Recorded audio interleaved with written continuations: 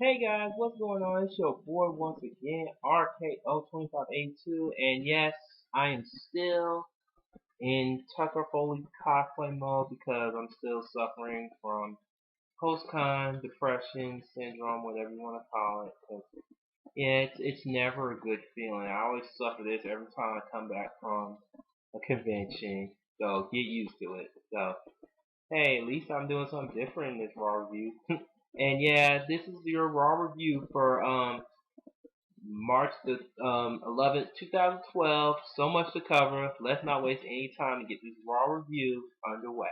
So Raw kicked off. It was looking like it was going to be, they kicked off with, of course, the late great Paul Bearer tribute, which if you saw on on the YouTube channel, and yeah, and I liked it again. It was very cool. I loved it. I loved it. And then of course, after that, we get of course the Undertaker. He comes out and he wants to pay his respects to Paul Bearer the way that Taker knows how, and he had to earn the middle of the ring. It was all foggy and stuff, and it was just, I was like, yeah, this is so cool.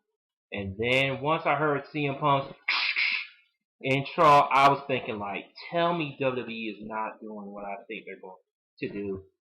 What? Well, they did it, and CM Punk was like, he's like, don't mistake me for me coming out, disrespecting you. He said to Paul Bearer, you're perfect with 20-0. He said, but when I get done with you and everybody else here in this arena, he said, it's going to be 20-1.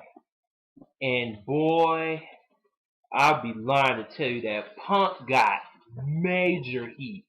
Big time. He got booed to the point that he'd be lucky to get out of the arena alive. You get what I'm saying? And then during the commercial break, you had Kane going after Punk. I know because he really did disrespect all Bearer in a big time way. So it was pretty much going to lead up to Kane and Punk in a no disqualification match later on in the night. And who could blame Kane for wanting some of Punk? I sure would go after him after he disrespected, Paul Bear. But, it was all for Punk to get major heat, and it worked. But still, I just hate when WWE does that. And I told him not to do this last week in that Paul Bear tribute video of mine, but once again, I'm not surprised, but it's like whatever. But I'm hoping after this week they do not say anything related to Paul Bearer after this, because I don't want to hear no more, Because, it's making me feel uncomfortable, and I don't want to feel uncomfortable. I know they're trying to be edgy and all, but sometimes it's just, too emotional, you know what I'm saying? The heart attack I can get through, but that's just for another time. But the show must go on. Alright, next, it's the Big Slow. He's going up against one of the Shield, Seth Rollins, and pretty much the match never gone away, because pretty much Big Show wants some of the Shield, and the Shield, yeah, pretty much takes out Big Slow, and yes, after Roman Reigns hit the spear, and you know what time it was, I was thinking like, no way. No effing way they are gonna pick Big Slow's big ass for that triple time. And they actually pulled it off. I'm like, holy shit. I mean, the Shield keeps making impact after impact after impact. The question is like, who in the blue hell is gonna stop these three, man? It's like this rate, they really are unstoppable at this point. It's like nobody can beat these three dudes. Alright, next match that got in the way was my boy Daniel Bryan. Yes! Yes! Yes! Going up against Hidden Shadow World. Dolph Ziggler, your Money in the Bank winner. And yes, this match came about from, this past Friday SmackDown, of course, when D-Bride dissed AJ. It was a good diss, y'all. It was. And that's what led up to this match, this past Monday on Raw. This was a good technical match. I enjoyed it.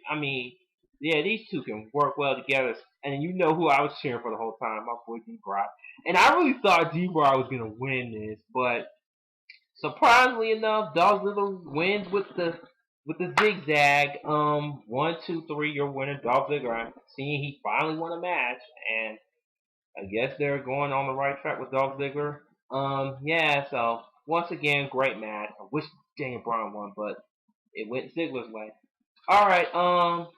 We had looked like it was gonna be Tenzai, aka Sweet Tea, going up against this man who I love, and I know a lot of people hate him, but I don't care. It's Don Don Go. Yeah, people, get the name right. And once again, Tenzai deprived us from Don Go premiering. Thanks a lot, Tenzai. Oh, I could not wait for this. And before the match got underway, Team Rose guys tried to be like the New Age Outlaws. And this was funny. And Cody Rhodes was like, da-da-da-da. Oh, you were not aware of this? Da-da-da-da. Hold your posterior at once. Something like that. It was Team Rose guys stole that segment for me. And of course he's like, and if you're not down with that, we have 2 words for you. You're welcome. Team Rose guys was priceless in that segment. But of course, the New Age Outlaws, and once again, for the 2nd week in a row, they got a big ass pop from the crowd, and I loved it. All I'm saying, once again, like I said last week, put the tag team title on New Age Outlaws so they can be 6-time WWE Tag Team Champions of the World. The Road Dogg, Jesse James, the Badass Billy Gunn, the New Age Outlaws. And if you're not down with that, we got 2 words for you. Suck it. I just love it when New Age Outlaws come out, man. And they show them to take them to school, and it looked like it was going to be a good match. But of course, the Beast Brock Lesnar makes his presence and wastes no time, and Cody Rhodes had to look right a reaction because you know when Lesnar comes, get the hell out of there. And Brock Lesnar takes out my New Age Outlaw. Damn you, Lesnar. F5's both of them because you know it's just to send a message to Triple H. And hey, at least we didn't have to hear Lesnar speak. Thank God for Paul Heyman, right? Paul Heyman pretty much saying Lesnar doesn't play any games. He's like, this is a man who broke Shawn Michaels' arm, and this is a man who F5'd the chairman of this company and got him a broken hip. And he said the answer to Brock Lesnar face Triple H at WrestleMania is yes, but under one condition. If Triple H signs a contract, then Lesnar and Heyman get to name what stipulation the match is going to be for their match at WrestleMania 29. So pretty much it's a blackmail situation for the game. So it's once again now or never for Triple H. So you had Kofi Kingston, and well, since he lucked out not jobbing last week, so he's gonna do the job this week. To who, you might ask? Somebody go get the ass kicked. Yep, you know who it was. Mark motherfucking Henry. And for a moment, I thought Kofi might pull us out, but we should have known he was gonna do the job. But of course, but it looked good though. I mean, that kick that Henry did, Kofi sold that like a champ, but in the end, Mark Henry wins with the world's strongest slam. 1, 2, 3. Yo, winner, Mark Henry. Why? Cause that's what he do. I just love saying that. Mark Henry's the man. And following that was a Ryback match. Feed me more. He went up against Heath Slater, part of 3MB, baby. And he makes quick work of him too with the shell sock. And then Ryback and Mark Henry once again crossed paths, and they were trying to one up each other. And from the looks of it, and pretty much this Friday, the match is going to be made. Ryback versus Mark Henry. I mean, they could have at least waited till Mania or at least teased. But whatever, I can't wait for Friday though. Alright, next you had champion versus champion. Antonio Cesaro, your US champion. United States champion. Against Alberto Del Rio, your world champion. This was a decent match. I actually enjoyed this a bit. And I mean, once again, Antonio Cesaro hit the Tiger uppercut, them deadly European uppercuts. I thought he was gonna might pull us out, but we should have known. Del Rio wins with the cross arm breaker, and once again, Del Rio is still the man battle. And I'll admit, as much as I'm not a big fan of Del Rio, that video him and Ricardo did mocking Jack Swagger and Zeb Coulter with their YouTube message videos, it was pretty fun. I'm not gonna lie, I actually got a laugh at that. So once again, you're Victor Del Rio. Since Team Rose Scholars match with the New Age Outlaws was null and void, they thought they were gonna get the night off and stuff. And yeah, I forgot. Let me forget. I know my boy in YWC MTO from the MTO Omar reviews. I know he marked out. I could just hear him marking out crazy when I saw this on this past Monday's Raw. When yes the Bella Twins are back in WWE. Yay! I guess. But I'm happy for MTO. Of course, I know he's a good friend of mine in this community. Yeah, he marked out, and I see. I guess the Divas division's starting to look up, but they still got a long ass way to go.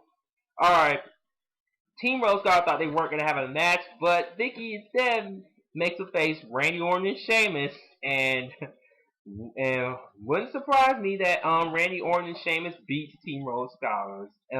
You had RKO from Randy Orton on Rose, and Sheamus hits the bro kick on Sandow for the win, 1, 2, 3.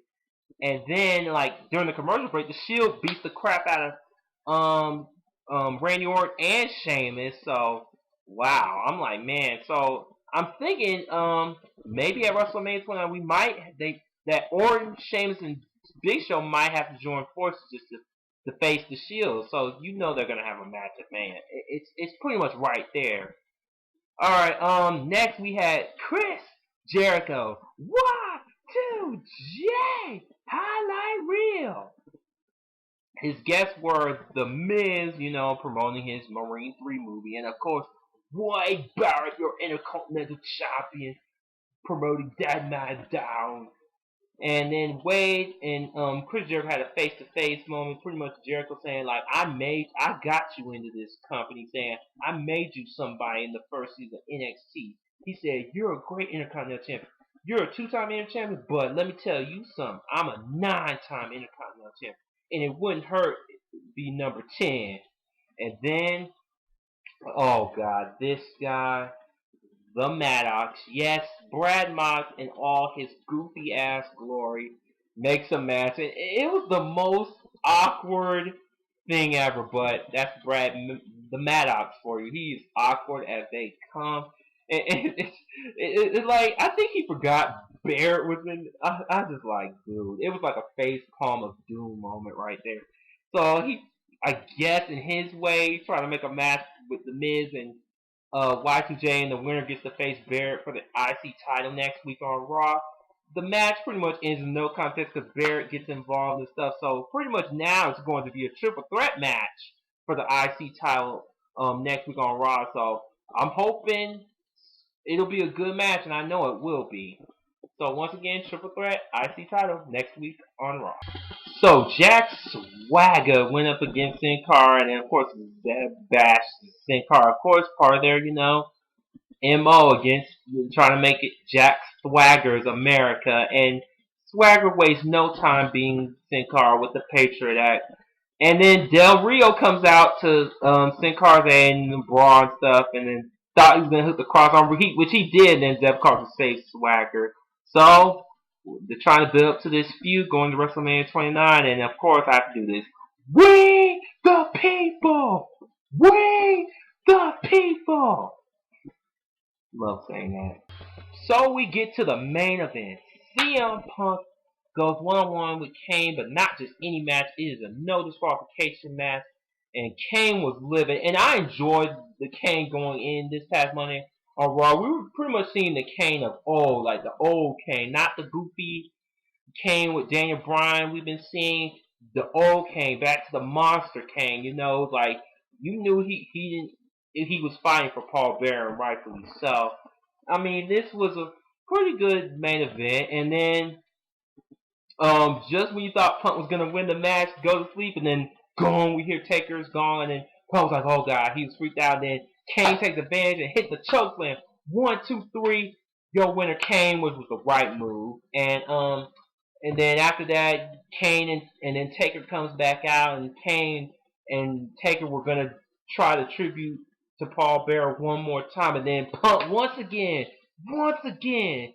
proving how good of a heel he is. Spoils the party once again, hits Kane with the urn, and then just when Taker, comes to Kane's aid, Punk runs away, and then he mocks Taker with the urn, yeah, and then oh man, this feud between